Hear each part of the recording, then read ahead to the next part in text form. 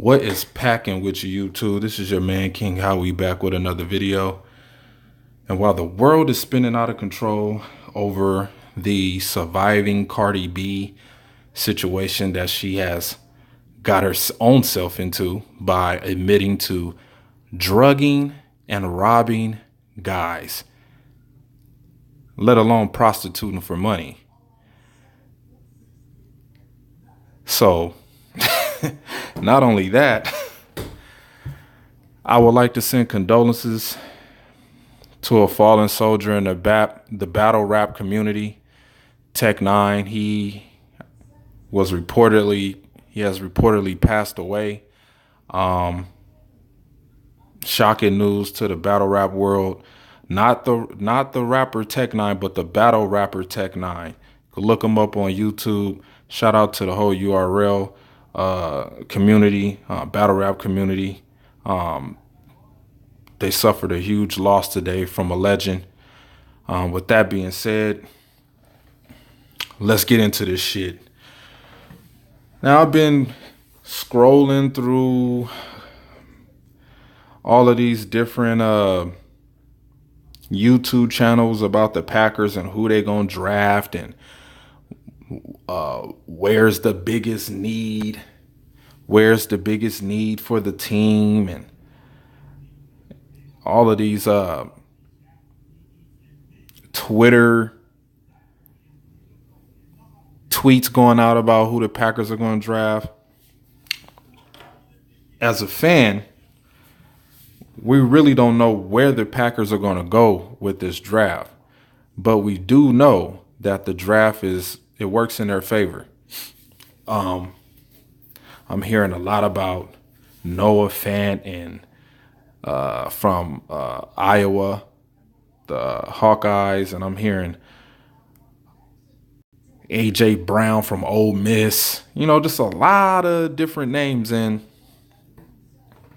they're saying how the tight end position is the biggest need for the Packers. And I mean, shout out to Iowa. They have two great tight ends coming out of there. T.J. Hockenson and Noah Fant. I think Noah Fant has the record, 19 touchdowns.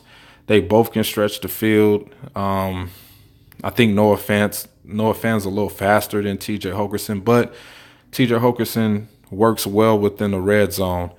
I know the Packers have Mercedes Lewis, Jimmy Graham, and Robert Tonyan, but from what I'm hearing, the direction that the Green Bay Packers are going to go in this draft is basically taking the 2019 guys that are coming off the books at the end of this year. That's what they're going to replace them with. So if you see them go tight end,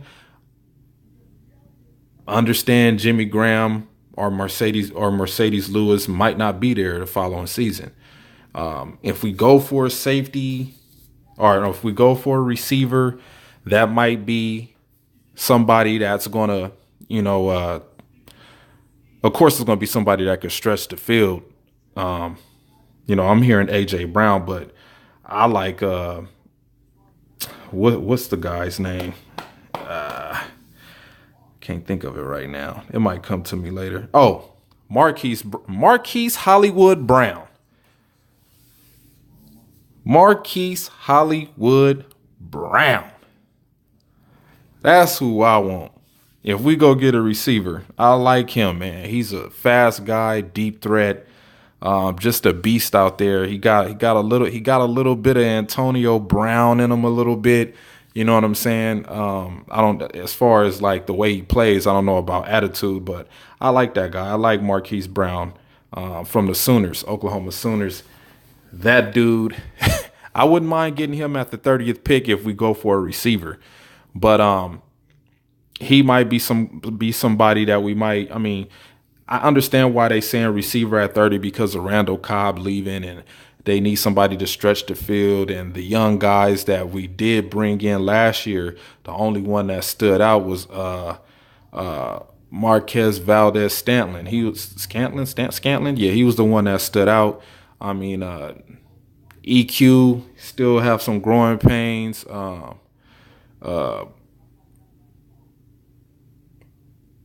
Jamon Moore still got some growing pains. Uh, yeah. So if we do bring in a receiver, I would rather it be him. Marquise Hollywood Brown. Don't forget that name. I would rather it be him. Of course, people, majority of the Packer fans want the defense to be fixed, just like I want it to be fixed. So a lot of people are saying the Packers should draft another safety, knowing that we let Rashard Breeland go. HaHa's not there. I'm hearing that they trying to move Josh Jones down to linebacker. And I don't know how that's going to work. I don't know how that's going to work. But that's what I'm hearing. I'm hearing that they want to move Josh Jones down to linebacker, which, I mean, if they do draft a safety, it'll be more of a depth move. Like, we got Amos, so it'll be more of a depth move. If we get a safety, basically just adding more bodies when guys go down to get hurt. I'm hearing inside linebacker. I'm hearing another edge rusher. I'm hearing names like Devin White, Mac Wilson for Bama. I'm hearing Chase Winovich from Michigan, Anthony Nelson from Iowa. It's a lot of names I'm hearing. Josh Allen, of course, Farrell, Burns. I'm hearing all of these guys. I only heard one offensive lineman so far, which I think we need the most, and that's Chris Landstorm, right guard from Boston College. He has some pretty good tape, but we got our offensive lineman, Turner, so which we can move around on the offensive line. He could play guard, he could play tackle. We could move that guy around the line as much as we want. Plus, having Mercedes Lewis there for running the ball is probably going to work well for Aaron Jones. I'm hearing a lot of Ed Oliver, D lineman from Houston, Devin Bush, Jr. from Michigan. I'm hearing all of these names. And when it comes to the first pick, who knows what Brian Gutekunst is going to do? This is not a Ted Thompson draft. And I think that's what a lot of people keep missing out on. This is not a Ted Thompson draft. What did we do last year? We went Jair Alexander last year, right? That was the first draft under Gute, right? That was the first draft under Gute. And he went cornerback, Jair Alexander. I think he goes defense again. That's what I really think he's going to go defense again with the 12th pick. Whoever is there. With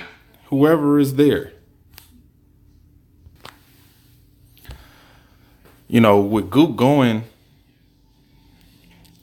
cornerback, I think he goes defense again. I think he probably go defensive lineman, because this is a defensive lineman draft. I mean, that's all that the critics and Pro Football Focus keep talking about, keep running through everybody's head. I mean, on all of the platforms. Defensive lineman. This is a defensive lineman draft. Edge rushers. So, I mean, Montez Sweat, it's kind of iffy. I mean, I know the reports came out about him having a heart condition, but I mean, he's cleared to play. So obviously, I mean, he played his senior year. So what's the point? He's still a good dude. I mean, I wouldn't mind us getting Montez Sweat if he's available. I wouldn't mind us getting Devin Bush Jr. if he's available. I wouldn't mind getting Amani Hoker, safety / cornerback slot.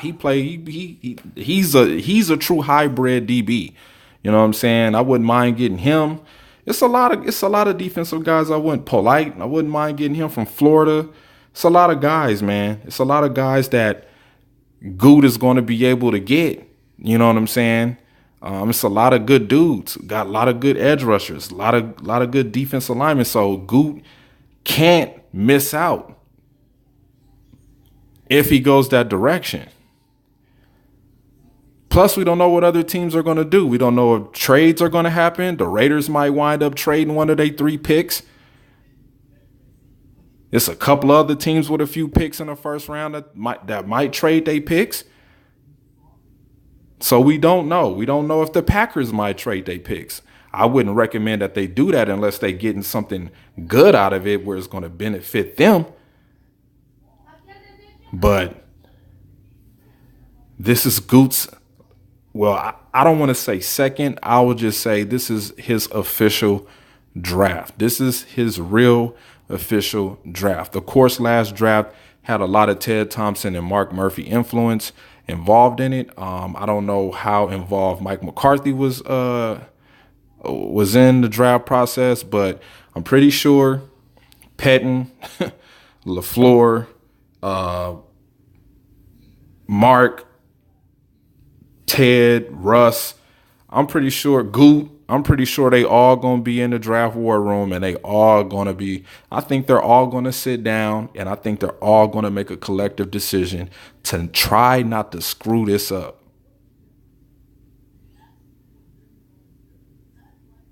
I mean, all of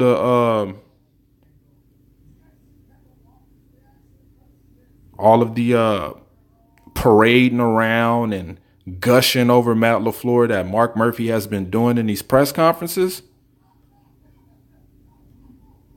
using loose language, trying to be hip and cool.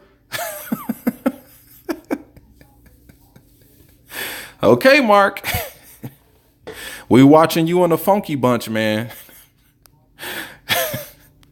Y'all owe Aaron Rodgers. So don't screw this up, man. All of the talk about the Packers not having cap money, when really it came out to them the news report came out that they were just using that as a negotiation tactic to try to lure guys in on a cheap salary. I don't blame them for doing that. You know what I'm saying? You want all your eggs in one basket. And it seems like that's what the Packers are doing. I wouldn't say they taking a huge risk with the direction they going in. I think they're taking the risk, but at the same time weighing out the options of the risk that they are taking. That's what I think the Packers are doing with the moves that they made. I think they winning, with the free agency that just passed. I think they win at guys that have high potential marks to be great players.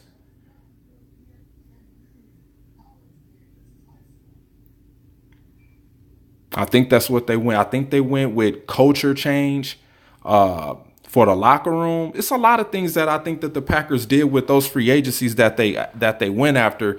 I think it has a lot to do with just, what they can provide on a football field. I think a lot of it has to do with changing the culture of the defense in the locker room, boosting the morale of the young guys that the Packers do have in the defensive positions to have better work ethic, play more smarter, train better. I think all of that is going to play into that with the guys that the Packers bringing over there. I think it's going to be a whole I think it's going to change a lot of things around the organization within the locker room with the guys that they got. Plus, I think it's going to be a good morale booster for the guys that the Packers do have coming in this draft.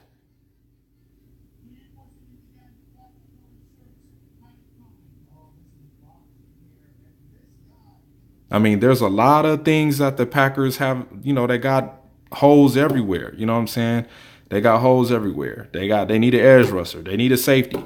They need a DN. They need a guard. They need a wide receiver. They need a tight end. you know?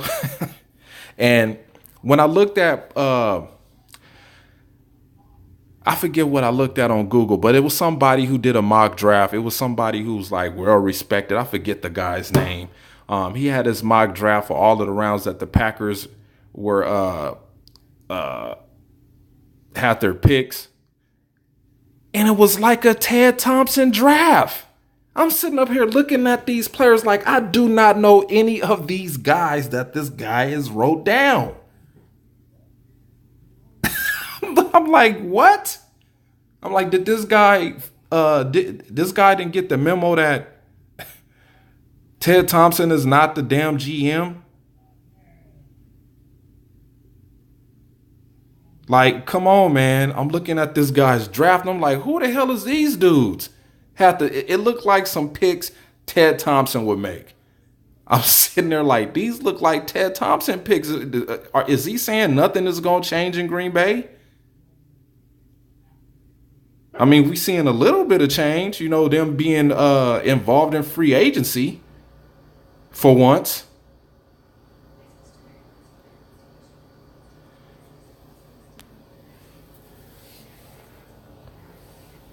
But I think the first three picks, pick 12, pick 30, and pick 44, is going to be very important to the Packers. We have a chance to get 3 top 50 players in this draft. And none should be wasted on a dude that was projected to be picked in the 110th pick. Like, we don't need to be doing that shit. We need to stay within 1 through 50.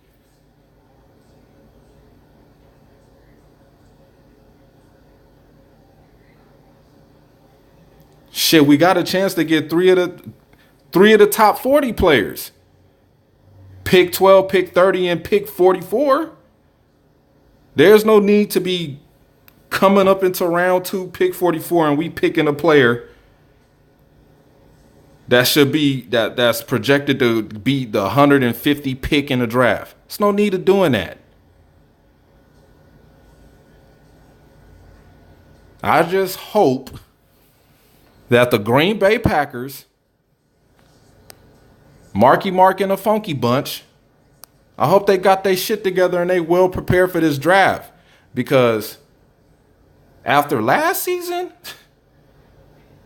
bruh, I don't think Packer fans can afford to watch another season like that. I mean, just watching the guys on Cheesehead TV, Corey Banky and Aaron Nagler drinking themselves into a coma, pounding on the desk. Like I said before the season started, this team is not that good. I seen it.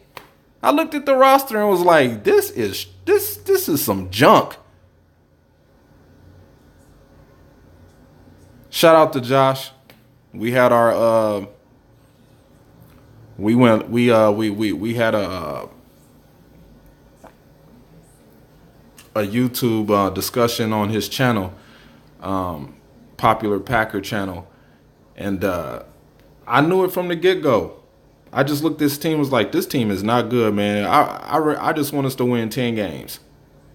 That's all I was asking.